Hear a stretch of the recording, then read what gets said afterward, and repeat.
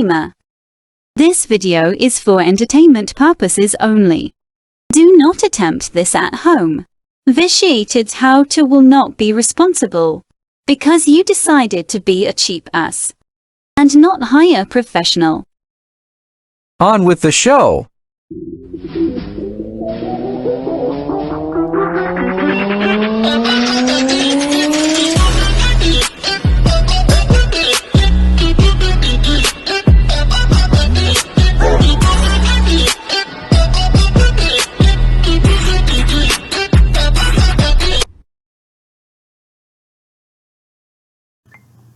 Alright, now we're going to talk about knowing the DMCA Act, which is the Digital Millennium Copyright Act. Well, I'm going to tell you a little bit about that act. There was a guy, young dude. Most of you don't remember because you're not old enough to.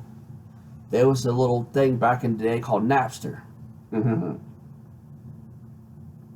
Napster was a file sharing program to where you could share files with people, kind of like what a torrent is now. But it was pretty basic.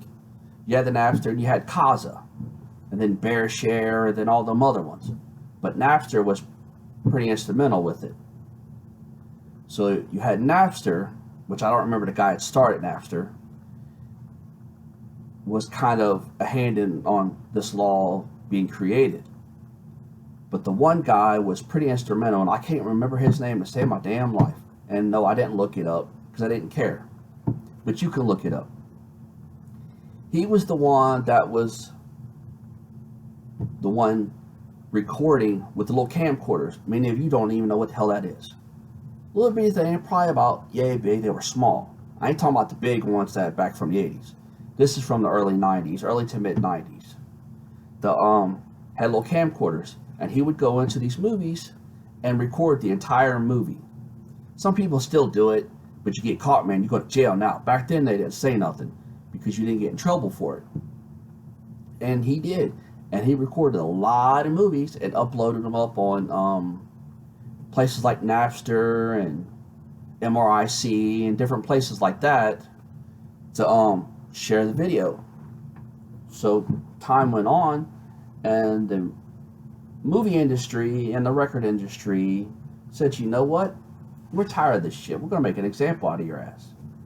So legislation was handed down that the DMCA was created, which that's kind of a compact version of it, but it's just a little history about it. And why I'm mentioning that is because in the other list, protecting your copyright, you need to know about that act. You need to know everything you can learn about it because it is important to understand that. That means you can't go get some content from somewhere else and then put it on yours, because now up until now we're at like number 6, 7. I keep telling you guys, you're in with the big boys now. You ain't playing in the sandbox. You up with the big motherfuckers that can put your ass in jail. You can get prison time for this. It ain't no walk in the park no more. It is grown folks' work that you got to pay attention to, because you can get in a lot of trouble for this. And you can get sued for it to where they will take everything from you. So you have to understand that act. Not just taking the content, but also having models and different other things that I talked about, protecting your content. Because anybody can say anything, but if you have all the paperwork that you need to make sure that you're covered. I got a little off track, so I'm kind of forgot. So that's where the copywriting comes in, of having all your stuff copyrighted, and make sure you have all the proper forms for the different models and different whatever's going on. Because you could get hit with the DMCA with a quickness. Even if the person, like I talked in the other video, even if the person is in the room with you. Say it's your boyfriend. You piss him off. He can say, hey man, that's my content because I was the one filming it. And you know he wasn't. But if his voice is heard on that video anywhere, he's got grounds to stand on, unless you do a form to sign, for him to sign his rights away, which I talk about that in the other videos.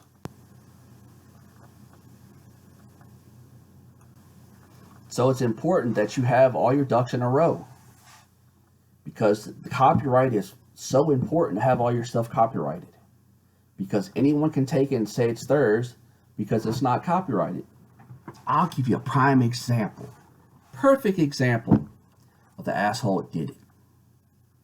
Bill Gates used to work for Apple. Microsoft Windows used to be Apple's. Apple was cocky and said, well, nobody could figure out how to do it, so why copyright it? Bill Gates said, you know what? Fuck you. It's mine now. Copyrighted. And guess who's bigger? Microsoft. Because of Windows. That is the #1 example of copyright theft. But they didn't have it copyrighted, so he took it. So if you don't have your stuff copyrighted, there's nothing you can do about it. Unless you got a lot of money to go to court and battle it, when you just get off your lazy ass and go copyright it. It ain't that big of a deal. Also with the copywriting, you need to make sure that your logos and your watermarks, all that stuff, make sure that you have it all registered as well, because that's still part of the copyright. So you need to make sure you got that, so somebody can't say, oh, well, I copyrighted, so it's mine now. And like in the other video I was talking about, you need to set you up an LLC. That's a limited liability company. Get your business license, start your little company. That way you have a little bit of a business. I understand that you're just trying to make a little bit of money, so you can kind of make a little bit of money at first.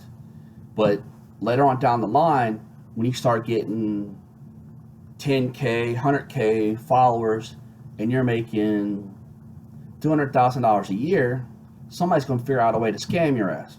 And if you ain't got all your ducks in a row, somebody's going to start shooting them off one by one until you have nothing. So that's what you need to do, and that's how you need to take care of it. Do your research, talk to the lawyers you need to talk to, and go from there. I'm just telling you because that's what I'm doing.